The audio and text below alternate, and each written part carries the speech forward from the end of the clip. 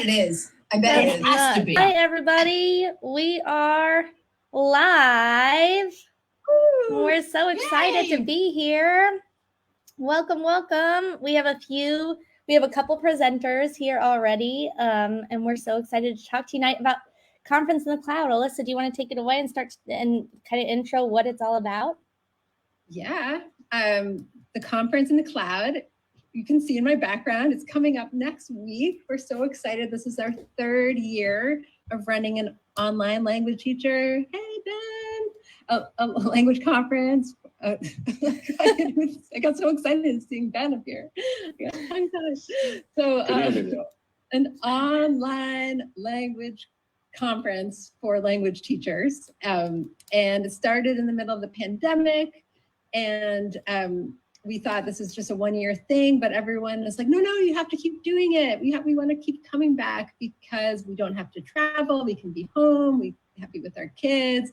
We can watch all these recordings. We can be in language classes and workshops. And so we keep doing it. And it's so fun and we love it. And we have amazing teachers come and teach with us.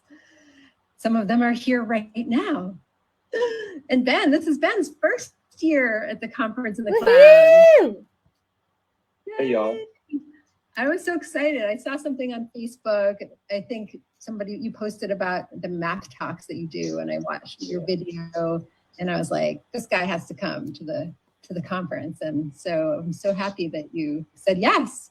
Yeah, I'm thrilled you reached out. I'm super excited. Yay.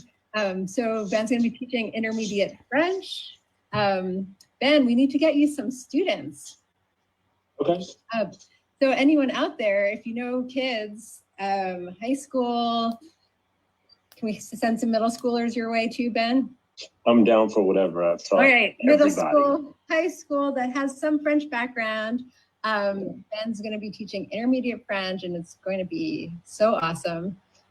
This classes for kids are open to anyone, any kid, and they cost between $0 and $75. So feel free to come for free. If you can pay more, great. It helps us support all the kids who aren't paying. So we'll put a link. Do we put the link I can add another link in there. Right now we have a link to the conference, but if you give me 2 seconds, JK, it will take more like 15. I can add the student link in there too, so it'll appear for the Facebook folks. Yay! Awesome. Thanks, because we also need John. We need Latin students. I think somebody just signed up today too, but John is a master or magister Latin dude. So I always love being a fly on the wall, which is what we are, right? When we in this Zoom class, it's amazing because our cameras are off. We just got to observe these amazing teachers in action with kids. So that's what I do. John, what's your favorite part about teaching a language lab? Oh, great question. I think my favorite part is the fact that I'm working with actual students. So you can see all the stuff that, goes right and goes wrong and goes sideways and all the little things like that. I like that so much because I think it's really important for us as teachers to see each other being teachers and seeing, something closer to what our day-to-day looks like, so that there's an understanding that, just because I'm over here presenting something doesn't mean that I'm like some alien somewhere else. I'm just a regular classroom teacher grunt just like you. And that's it. I'm just inviting you into my classroom to have a look. I learned just as much from looking at yours. But that's what I love about that. It's just like it's getting to see all of the grit and grime of just like a regular old class. And I think that's such an important thing too, John, is like people watching, having the empathy of like, hey, like we are meeting these kids for the first time this week. We have no idea what their background is with language, with classroom, like who they are. And I love when I make mistakes or there are like hiccups in the lesson, because it like normalizes for everybody. Like, yeah, this is like real life. Like I am just a teacher, just like you. I'm winging it. I'm winging it. So I love that. That's my favorite part too, John. I love that. Hi, Berta. Hey. Hello, everybody. Hey, and Berta's going to be teaching her AP Spanish again with Claudia. With Claudia. Yes. Yes. Always such excitement. And what a better way to ease into thinking about AP next year than to actually get to spend some time with my friend co-planning for that. And there's just so much power in that. And we love to do it together. We love to do this class together because it's just such a relief. The whole planning, it's always like, why do I, even though, you know, we might be at different districts, and teachers have told us this, who come to the session, they have said, I never thought about co-planning with somebody from another district. And so that's just, you know, you can see that in action at the session as well. So great. It's so exciting. And speaking of, I was gonna say, Amy, have Amy talk about right now what she's doing with Al. Like they need to talk about their magicness. What is so exciting. I think we're gonna have a lot of fun with this. So we're gonna have live students in our classrooms, and we will be zooming in the observers. And so I think that's gonna be a lot of fun if all the tech works. But I think we test drove it today, and it looked like in progress. Looks like it's going to be great. So I've got some of my students from this past year who are going to come in and join me, and we'll do a typical Spanish 1 class for the week. And Amy, how many kids do you have? I'm thinking I'm going to have 8 to 10. I think it's going to be. I had a whole bunch sign up, but you know how kids are, not knowing their summer plans and all that craziness. So, but I'm thinking I've got about 8 to 10 that'll be there with me. Okay. How about you? At first there were 27. Holy cannoli. I mean, what kind of a testimony is that to Amy for teaching? Yeah. 27 kids say, hey, sign me up for summer language class. Not even at their school. They actually would have to travel to Amy's school. Right. They'd have to go to a completely different town. I mean, and like I'm not teaching the most privileged group of kids here. So they're like the ones that are saying that they're going to do it are they've got to fight to get there. So like the kids that are the reasons that they can't come, I'm just like, oh baby, just go enjoy your summer. It'll be okay. You know, but I've got a great group of kids that are ready to join me. We're going to have a lot of fun. How about you, Allison? What do you got?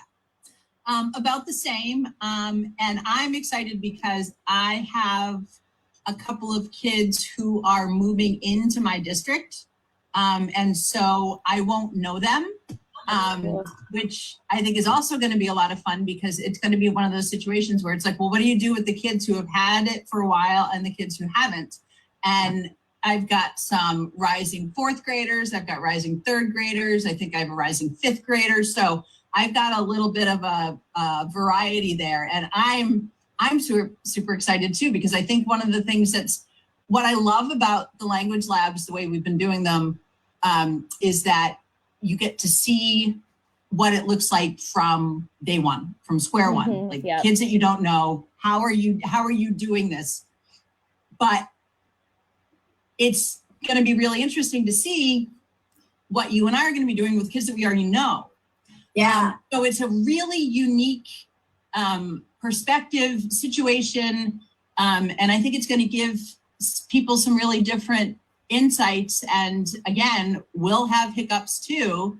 And so I think that's going to be a lot of fun. I mean, I've got my little guys for an hour and it's like, okay, we're going to have a whole bunch of brain breaks in there. And so I think that's going to be, I'm really excited. I was starting to set up my classroom today. I was like, oh my God, I don't know which stuffies I should pull out, but that's the great thing is that I don't have to worry about it. I can keep all 100 of them in my room and have access to them. When a 5th grader tells you have too many stuffed animals, there's a problem. I'm glad you said that because I've got to remember to bring them in because I'm actually setting myself up in a brand new school now for this new school year.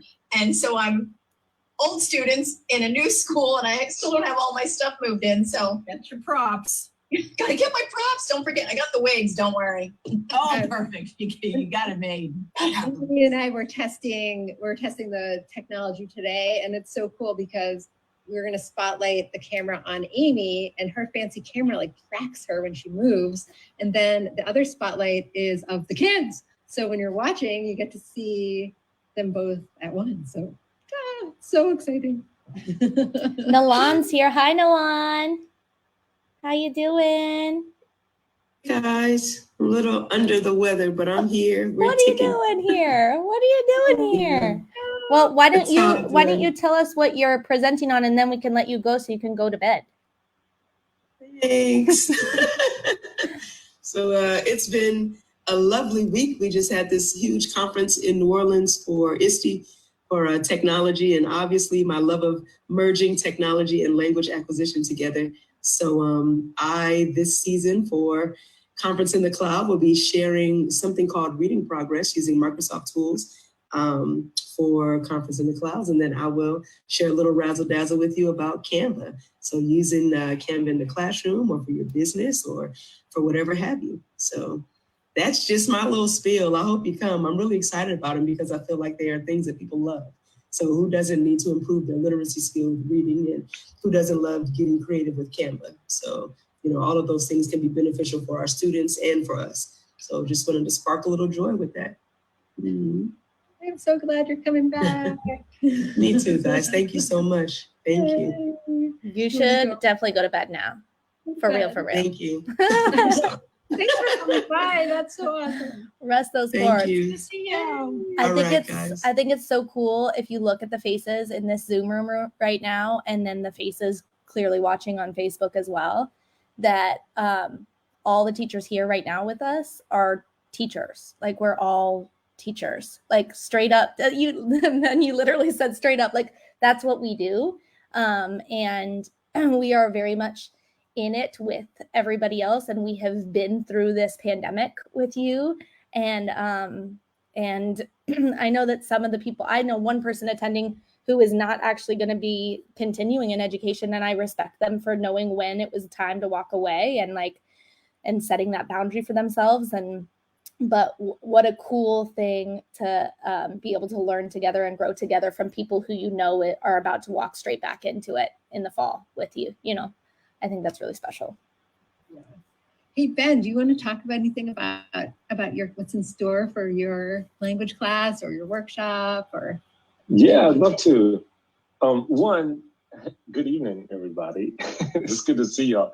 I've been saying that I've been fortunately like super busy in these last weeks or whatever. And it's just such a dope feeling to be around these people who I've been following forever, and these like teacher heroes of mine, you know, that y'all know my name is a big deal to me. So thank you for letting me hang out with y'all, you know what I'm saying? But yeah, so I teach French. I teach upper school French now, but I've taught pre-K through everybody. And my specialty, really what I specialize in, is centering the practices and products of Black and Brown people in the French-speaking world, all through comprehensible and compelling input. So, and it's born out of the fact that, you know, I studied French. I'm American. I'm a Black American, you know, cisgendered straight male. Grew up Long Island, started studying French when I was in like 8th grade, but I had a Haitian family that grew up next door to me. And so that's where my first exposure to Creole, Haitian Creole into French came from. But then when I went to school, I never saw Black faces ever again until later on in college, you know what I'm saying? And so I ended up double majoring in French and Afghan studies. So it's like, you have to survive all this gauntlet before you start seeing Black and Brown faces. And I just know that not to be the case in the real world. So much of my work as a teacher has been finding ways to make that accessible to earlier levels. And importantly, like I spent probably the first half of my career, I taught in, underprivileged, under-resourced schools in the city. And then now this latter half, I've been in very heavily resourced, privileged schools, independent schools in the suburbs. And in both cases, I'm seeing the importance of showing that Black lives matter in my classroom, and that in addition to the linguistic language proficiency gains that students are getting in my class, they're seeing that the people behind the language, people with whom they should be able to connect once they get outside into the world, that's what matters most. And so that they're making these sorts of these early gains in terms of cultural connections and interculturality when they're in 8th grade, you know what I'm saying? When they're in 7th grade, as opposed to having to major in French, having to survive the AP exam, having to get into all this stuff. And then maybe at some point finding out that Senegal is a real place with real people who have music and dance and food and literature and aren't just soccer players who help France win the World Cup. So all of that is what I do. And I'm really excited about using in this particular week, I'm going to use a unit and try to showcase a little something that I worked on and released over the last year. It's a unit that highlights music and musicianship in the Afro-Franco world. So we'll travel a little bit to Senegal, we'll go to Les Antilles, we'll go and check out different places in the world and look at all kinds of traditional instruments and famous musicians and all that, and be able to, I'm rambling, but y'all got me started, so deal with it. And to be able to always reflect back on one's own culture too, right? Mm-hmm. Yep. A big part of what I do and what's important to me in my classroom is that students realize that regardless of where you're from, that what you do is culture, you know, and the way how you sort of interact with the world is culture and it's not universal.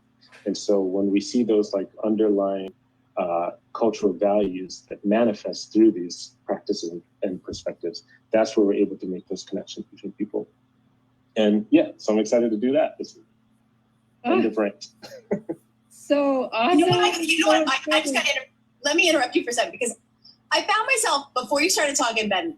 I'm like sitting here, like here, drinking my, and you started to talk, and I was like, and then I'm like, I know I'm teaching when he's teaching it. What else has he got on my schedule? And I literally just pulled out the thing because I wanted to see what else you were teaching. So I'm excited to hear more from you. Yo, You got me all jazzed. I appreciate that. Thank you. Thank you. You're gonna have to watch the recordings. You can't leave your class, Amy. Where's Amy? Where'd she go? Yeah. To run to the bathroom real quick. Hey, but Ben, how would you describe, like, so we're trying to get intermediate students. Well, intermediate, such a weird word, right? Like, hard to describe. So how would you define, like, if there's a parent out there with a kid who might want to come middle school, high school, what would you say, like, amount of French they have to have had or not? Yeah. Or would you say? Well, the good news about like a CI based in a communicative oriented classroom is that you kind of can come in with nothing, right? It's a matter of like what I end up expecting of you. So that intermediate student is going to show a certain level of interpretive comprehension, right?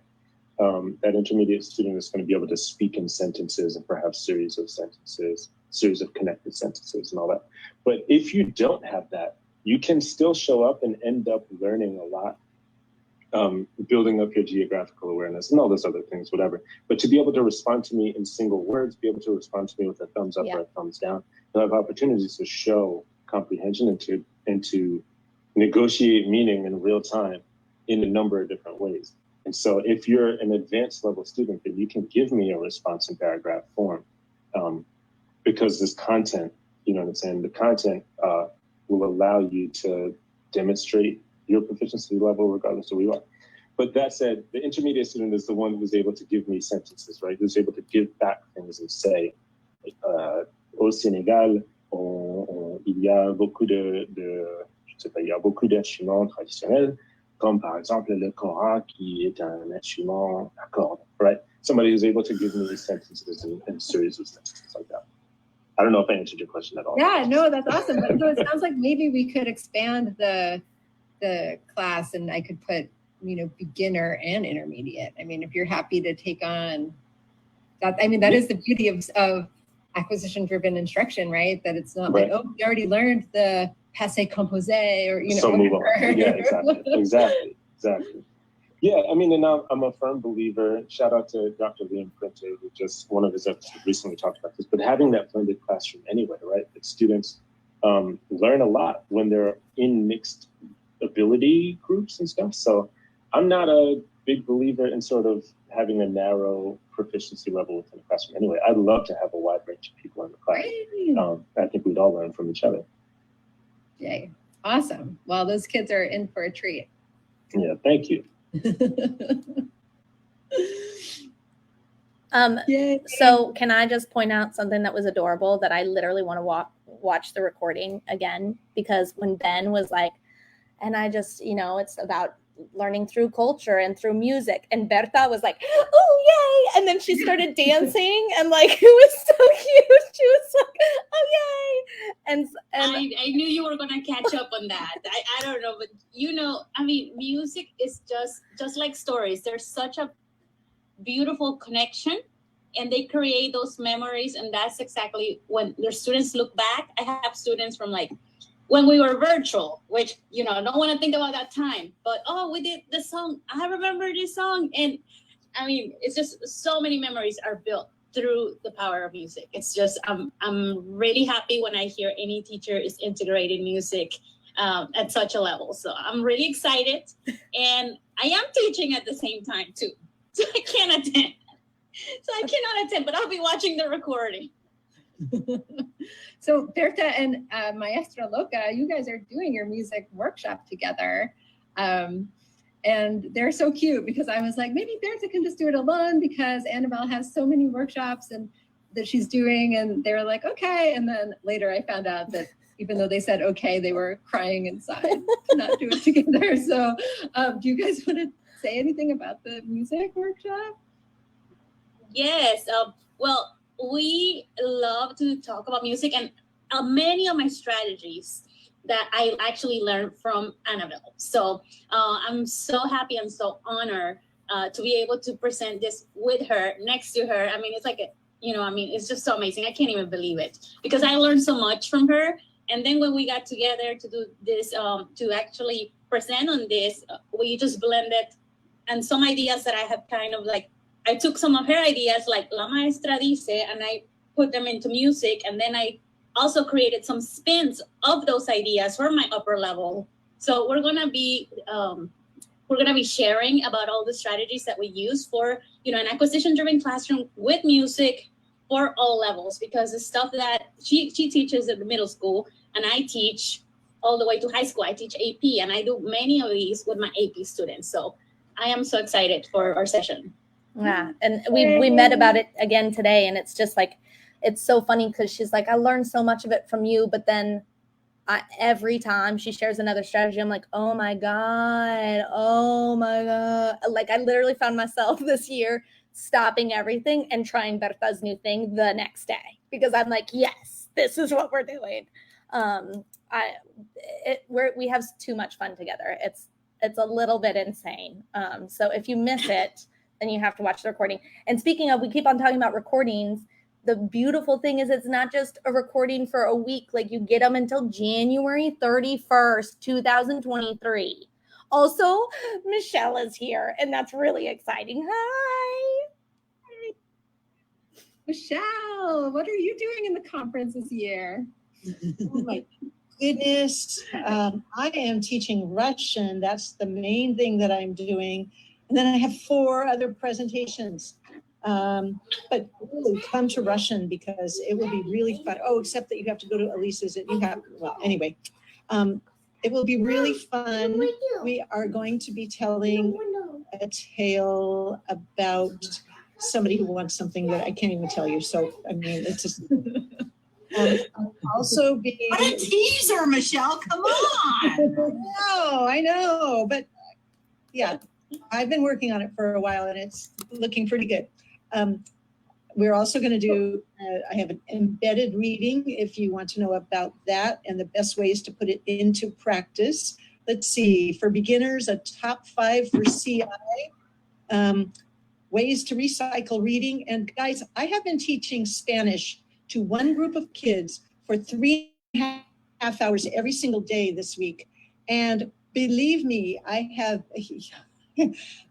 It's amazing. They have read half a novel now. Wow.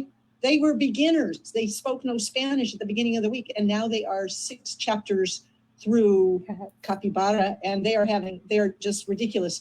But they also are telling tales. But I am living my Recycle the Reading event, or I am living that every single way that I can recycle reading. I have been doing. And playing games, yeah. And then there's one other, but I don't know what it is. Alyssa, I don't know. I forget too. I can't remember. If y'all remember, I'm definitely doing the recycled reading one though. I can use that. Yeah, Read- it's really reading. fun. Yeah. It's so much fun to think up different ways to do things. And Michelle, I just got to say, I was setting up the Zoom room hosts, and you had someone who said, I don't care what I do. I just know I want to be in Russia with Michelle. And I was like, I'm jealous because I want to do that.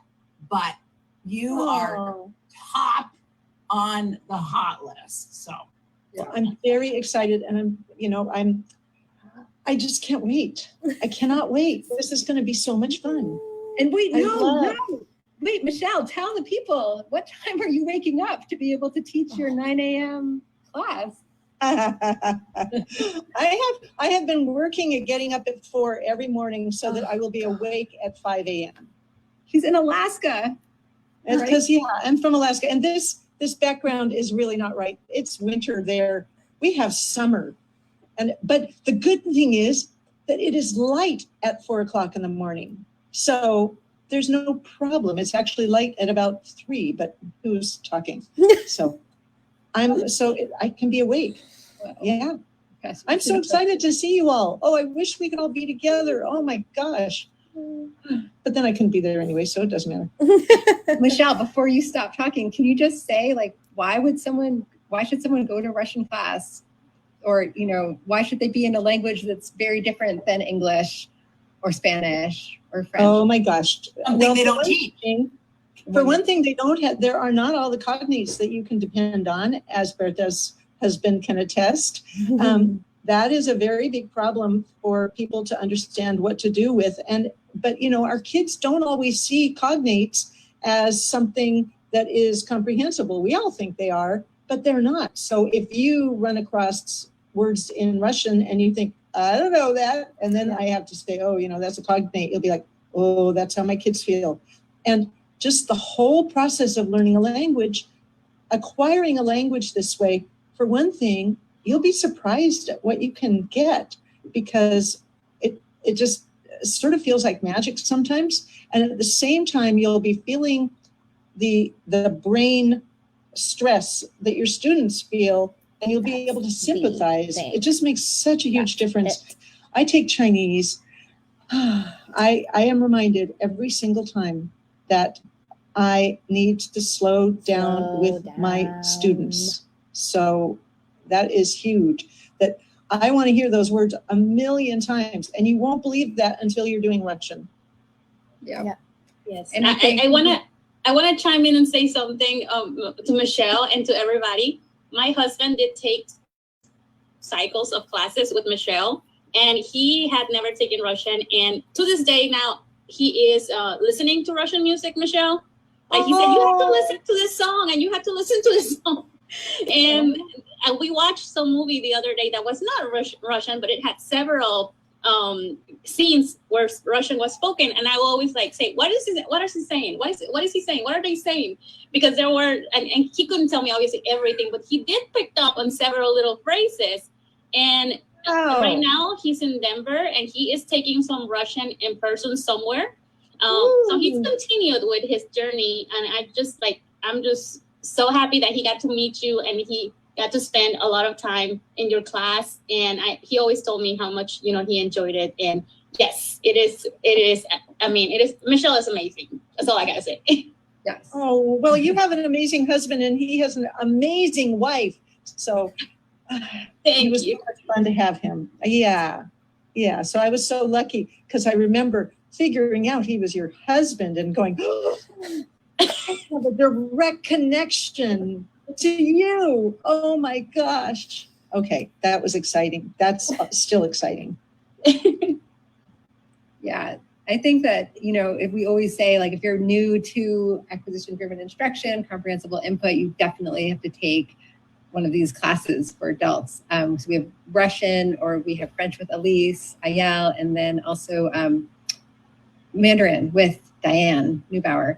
And then Yannick Vanderstakken is coming for 2 days and doing this Dutch workshop And the thing that's even cooler is she teaches adults who don't speak the same language, and they also can't read and write. And so she can't rely on any written Translation. method. They have no common language No amongst common themselves. language. And it's really And- fascinating to think about. She's working with adults who can't read, can't communicate in the same language. Like, she has every obstacle thrown at her, and her success and her strategies are so incredible. I have so much respect for her as an educator and as a human. I mean, she's a great person, but man, she's top notch there.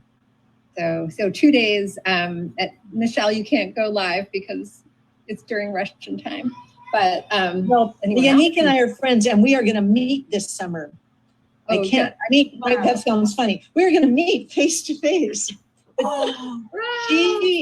She is so awesome because I mean, I would attend Yannick's sessions. Oh my gosh, that's terrible to have them both at the same time. Because here I'm going to be saying, you got to go to Yannick's sessions. Wait, well, mine will be recorded too, right? Yes.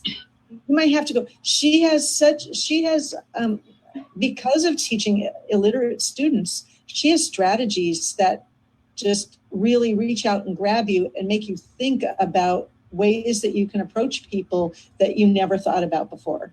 She's helped me. I mean, just even dealing with my preschoolers, she's helped me with preschoolers. And So- remembering that all of those strategies benefit all students, right? Exactly. Like, we can apply Yes. those things for all of our kids, and it's just going to enrich and enhance our class even more. Yes. Speaking of you snapping away, Mr. John Bracey, do you have any sessions you want to talk about other than your lab?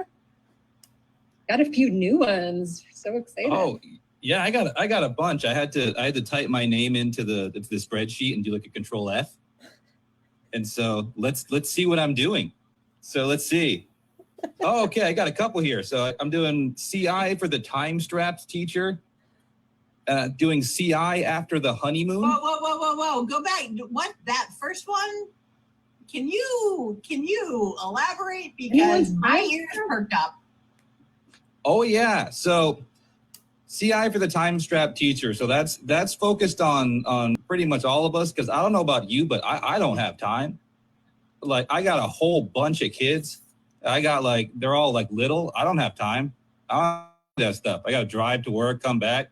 I don't have time. There's shows I watch. There's stuff I got to play. There's stuff I want to do. I don't have time to spend 8 hours making a different 30 slide Google slide presentation for every class, for every level that links to a this, that links to a that.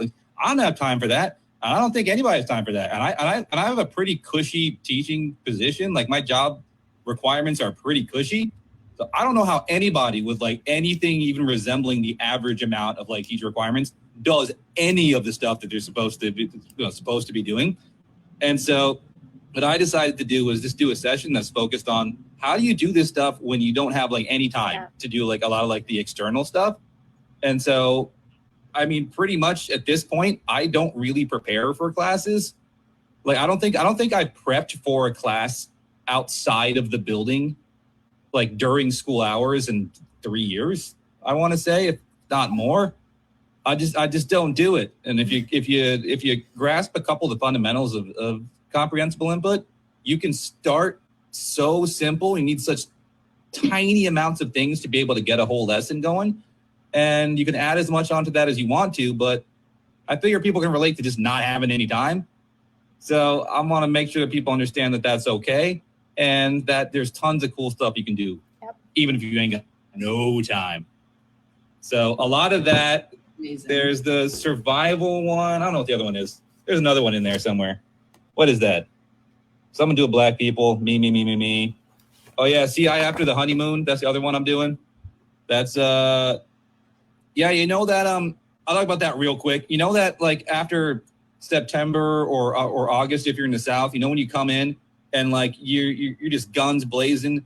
It's summer, the sun's shining, you're all rested, and you come in day one. I just went to 1,000 workshops, and I'm in there, I'm ready, and you show up, and then it's yeah, and the kids are there, and everything's great, and then and then October happens, And then suddenly you're like, well, wait a minute. Why am I tired?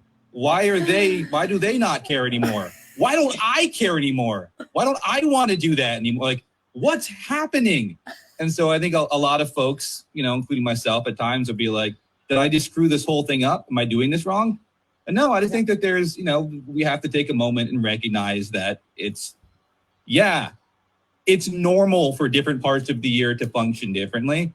And so I just throw in some tips on how to make that happen, how to keep the class comprehensible and compelling, even if it looks and feels different when you're dealing with, like, if you're in Massachusetts like me and you get like many, many, many months that are just gray, grim, overcast. Mm-hmm. You're not coming in there with 80, you're not coming in there wearing 40 costumes and having every brain break is like a CrossFit workout. It's just not happening. It's just not happening. If I grin too widely, my class is irritated. But that's, again, this is relative to region, time of year, all this stuff like that.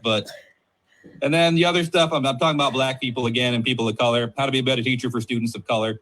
And I'll go into some of that stuff too. So a lot of stuff. I just Control F myself and found that I'm doing all kind of stuff. It's gonna be fun. It hurts. My face hurts. You make me laugh and smile, and it's all laughing out of humor, but also out of understanding. And I grew up in Massachusetts, so I don't know what That's you're right. saying about us. But Situate, right? Oh yeah. I was listening to John and I was like, I don't want to put any pressure on him, and I'm sure he's not going to let me, but he has a podcast voice and I would love to listen to a podcast by him, just being so real about everything he just said. Oh no, so the podcast voice is cheating. That's not, I don't actually have a podcast voice. What I have is this. But you're literally, you have a Blue Yeti, so you're already set up, so you should just freaking do it. Just saying. I have a Blue Yeti. Yeah. Everyone has a podcast voice on a Blue Yeti. And honestly, you just did 2 episodes. I mean, as you were introducing your sessions, you literally just did 2 episodes. I'm sold. I want to go listen to it. And if you want to listen to me not shut up for many, many hours on end, I can do that. If you want to listen to that, I'll make it. I'll make this podcast on whatever. Just email a topic and I'll rant until I run out of space on my computer. You could premiere your first podcast at the conference in the cloud. Yeah, I like it. Yeah, no prep, no topic, no nothing. Show you how you do this when you ain't got no time. Hey, you're gonna practice what you preach here, man. Oh, 100%. That's why I have to Control F myself to see exactly what I'm presenting on. Pizza, go. No, just kidding. Yeah, I'm stealing Control F myself and Control F you. That's in my lexicon now. Dude, you know what? I'm even gonna go ahead and say, pretend like you made it up. Oh, that was good. I want you to take full. No, I want you to take full credit for it. 100%. Yeah, no, I was not the credit you at all. That was all mine. Yeah. Actually, I borrowed that. Ben told me that before I came out here, and I didn't credit him. That's all Ben right there. I look. Yeah. Control. I didn't even think about that as I said it. Control F myself. Control F you. I Control F myself this afternoon too, I will admit. Can't admit we all do it. We all do it at some point. You present enough, you Control F yourself at some point. I was excited about the conference before this, but on a very different level. Now it just feels real, it's actually going to happen. Amazing people are going to be there doing amazing things. So this is super exciting. Does anyone want to say anything else? I don't know. I'm just in awe of everyone in this room. Well, I'm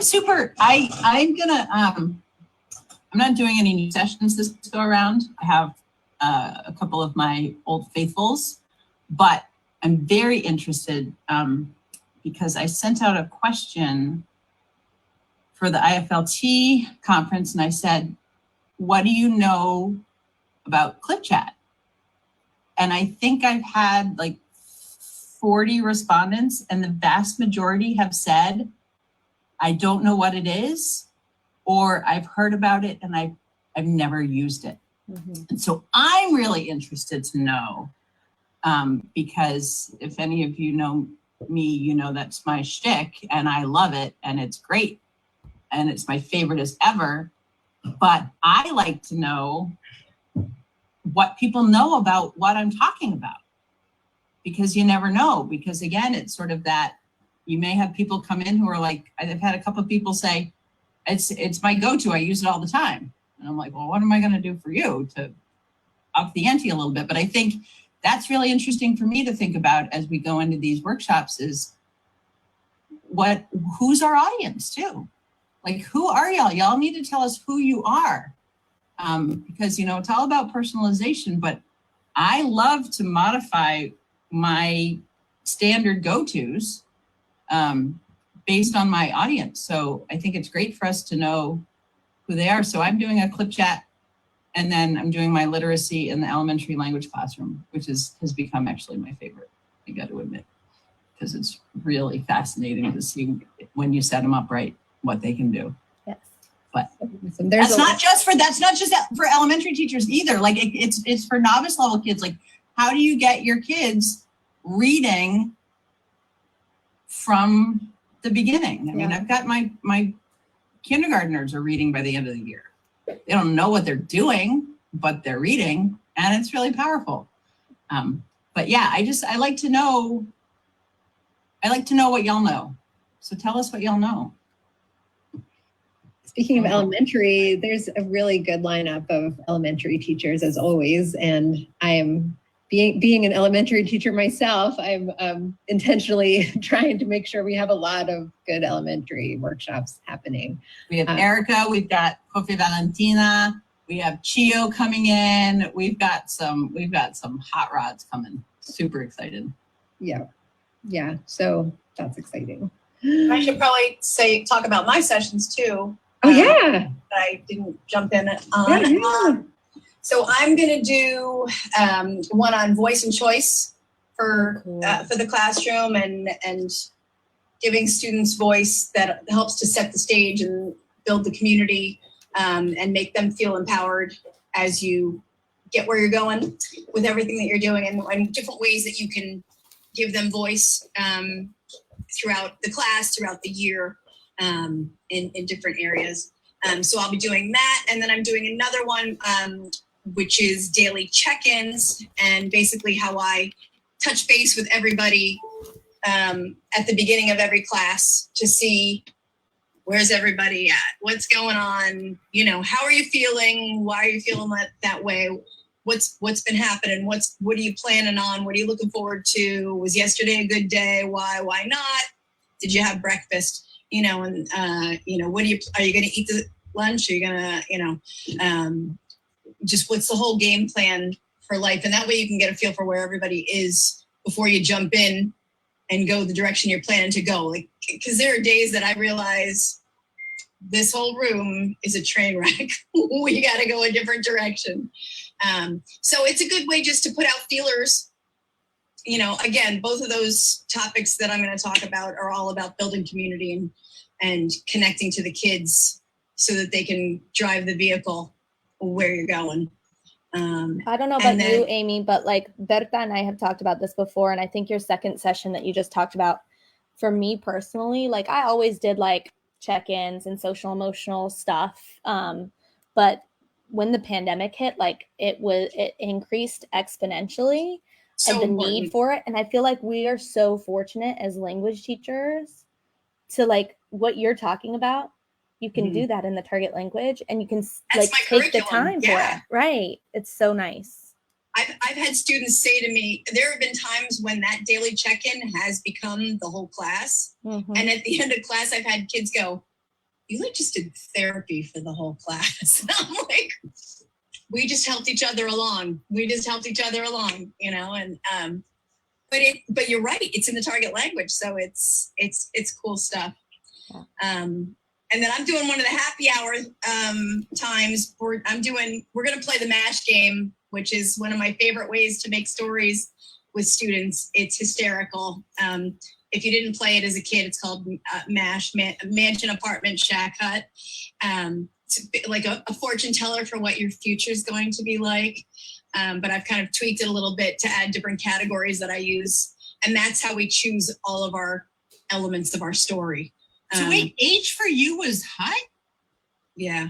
H for me was Hotel. house. Fascinating. Yeah, well, it can be, and I No, I know, but I'm just like, I'm like almost standing on my chair because I'm like, I want to know more about this now.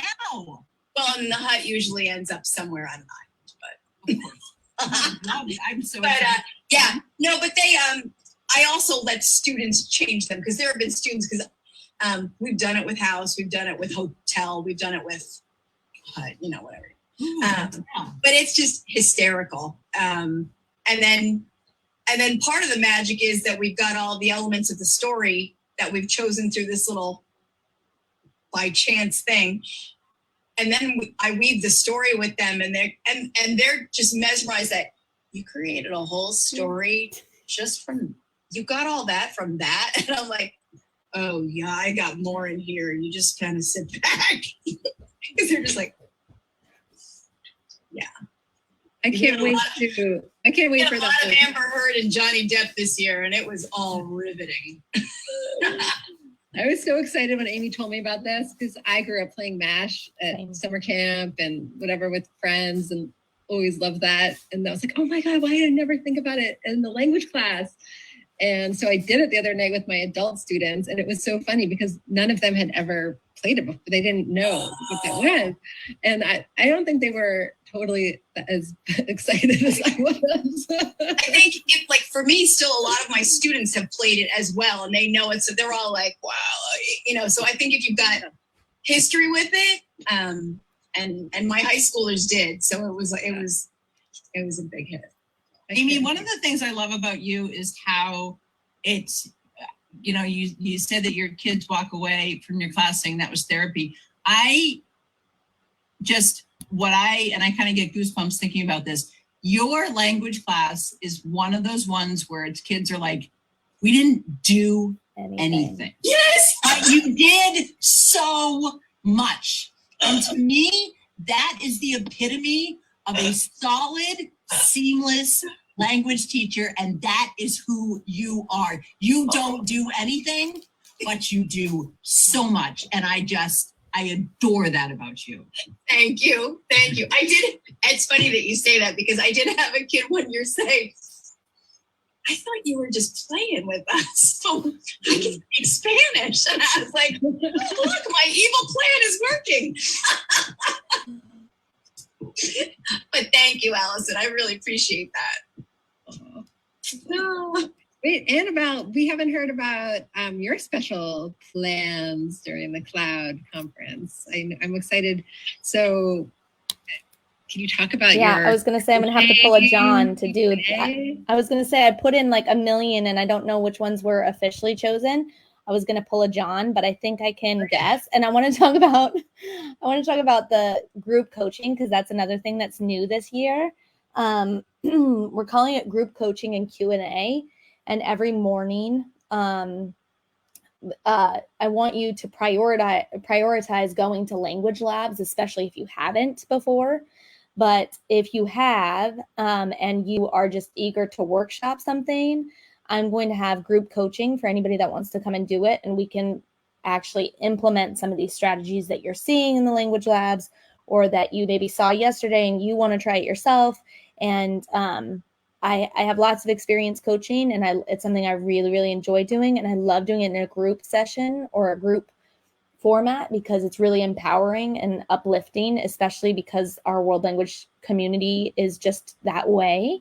And it's a great way to like root the strategies that you're hearing, you're seeing, and you're learning and anchor yourself with actually doing it yourself in a safe way so that you actually can go in and know that you're capable of implementing it in the fall instead of just thinking about it. So that's one of the things that I'm doing.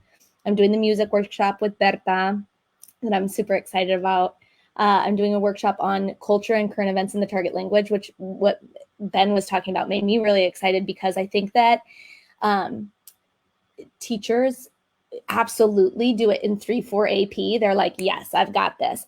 But then they really shy away from any culture or current events in the target language in those lower levels, which is understandable. It feels really overwhelming and you want to dig deep and you want to build that empathy and stay away from the pity and the othering and like all these things. But it's so powerful when you can do it in the lower levels. So that presentation isn't really about upper levels. I think upper levels can take a lot away, but it's more for like, how can we do this in our, like with our Spanish ones, with our little bitty babies even, because like Ben, I've taught all the levels, and some of the most powerful moments I've had teaching culture in the target language were in my first grade classroom or my third grade classroom.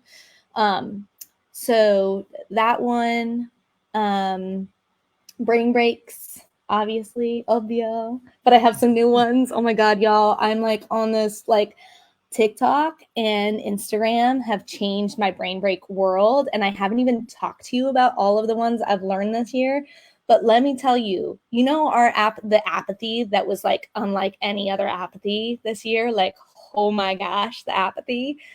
Like you're talking about, John, you cracked me up when you said, like, if I even, what did you say? Like, pretend like do it half a smile, or you said something like, if I smile too wide. Thank you. If I smile too wide, I was like this because this is me, and I don't know how to show anything but 28 teeth when I smile, and that the eye rolls for my smiles and my bouncy. I'm like, y'all have had me for 4 years. This is me. But the second I said, y'all, I found this brain break on TikTok, heads like snapped. And they're like, oh, okay. I'm like, I'll show you real quick. Pull it up on TikTok. And then the buy-in was like immediate, obviously. And like, I was just so really excited about brain breaks. When am I not excited about brain breaks? And high frequency words, which is great for newbies. Like, how do we structure our curriculum? How do we like figure out what we want to teach? Yeah, just lots of low-cast stuff.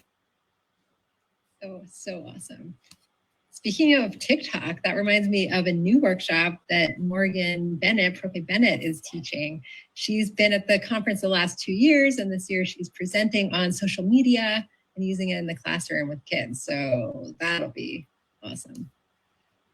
And specifically to like honor, like she does it in such a way to like really truly honor all identities and highlight identities and people of different cultures, of different races, of different, like, it's such a good presentation. It's incredible. This is getting me a little bit worried because I was thinking that I was going to watch just a couple of the people that I knew what they were doing. And now this is a problem. 0909. That's such a good problem to have. Yeah. I'll record it for you. That's the beauty of it, that we have access to the recordings, because as much as I want to be at everybody's session, I'm like, So I'm so glad that we're going to have all this access for, so until January, correct? Once again. And I just wanted to add also that for me, what Michelle was saying earlier and what has been said, and I think Annabelle also mentioned it, definitely going to those language labs where other languages are being taught is so important. For me, it was a game changer when I first started with acquisition-driven instruction, because as a native speaker teacher, I don't want to generalize, but I know that I go too fast sometimes, and I have to be like, slow down. So for me to be able to put myself in those shoes every year when I go to IFLT, maybe I don't go the whole week to the language lab. So maybe go to just one session, one day, just to remind me and have that reality check. And remember, girl, you have to slow down because we do want to put ourselves in our students' positions and actually remember that in the classroom. That is so important for me. And even though I already know I need to go slow, I need to have that experience every time I have the chance. So I'm really excited to have the opportunity to go watch all these other labs at my own leisure time later on. Yeah. And I would say, like, if anyone can do the whole full, this year they're 4 or 5 days, depending on the class. If you can do all of the days, it's amazing at the end when people say, like, I could read this Russian, or I could speak a little Chinese Mandarin. So cool when you feel that. Yeah. And that's what's unique about this conference is like, it's not just the language lab for kids. Like you can watch Ben in the morning, but then in the evening you can go and take Russian with Michelle and like actually experience it as a student. It's cool to like watch it as an observer and be like, okay, I'm watching all these teacher moves he's making and like all these interactions, but then to like actually sit in that student seat is what will blow your mind and remind And you. Diane's Diane Mandarin too. class is in the evening, which is great. She's And so good too. you know, and she, I mean, the feedback for her last year was So good. She's so good. amazing. So She's that's so a good. great one. And it's literally the only thing that's happening at that time. So Yeah. And then you can go and watch her YouTube videos after, because she has a YouTube channel and she like talks about her chickens in these videos every day. Like you can learn all about her chickens. So good. Okay. They're so it's good. so good. And even for people who came last year or both the past 2 years, and maybe you took Michelle's class or Diane's class, it's so powerful to do again because it's going to be a different content based on the different people in the room, and it just deepens, and you start to feel like, oh wait, I can speak, I understand. Okay, we want to honor everybody's time here, especially like all these presenters who stayed the whole hour. Look at y'all. Okay. Okay. But we are so excited. We dropped the link there's still time to register if you're not registered. The link is in the Facebook post, but also share the link right above it too, because we still would love to see some more kids in these language classes.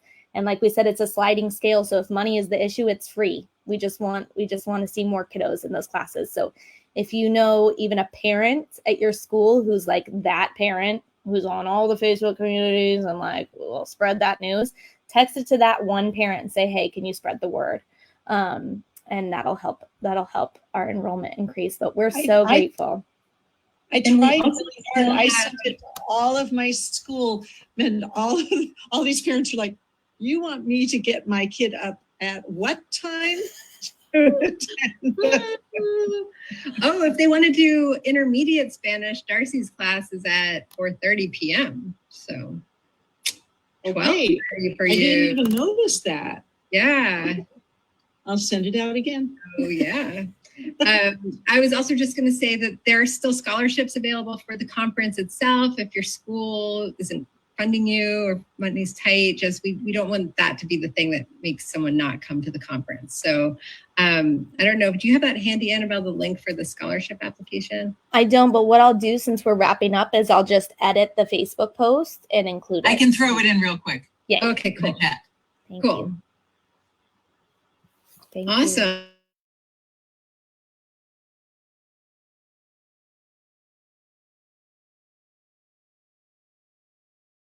Getting ready until it actually starts on Tuesday. Woohoo! I know, so soon. Holy guacamole. Oh. Have a good night, y'all. Thanks for being here. And thanks for watching all those Facebook people. I've seen you. Thank you. Thank you. Mwah, mwah, mwah. Thank you. Peace, y'all. Thank you. Have a good night. All right, take care. Bye. Thank you. Thanks. Shout out to Morgan Bennett. Shout out. It's exciting. I'm stoked. She's going to be here. I know. Thanks, y'all. Me too. I'm amped. I can't wait. It's so good. Bookmark those sessions already. Woo! Control F, Morgan. Yes. Okay, I just added the link to the Facebook post, so it is there. Awesome. And now we're good. Awesome. Okay, I'm gonna hit end on the live. Perfect. Thanks, Facebook users. We appreciate you being here. Bye-bye. Bye.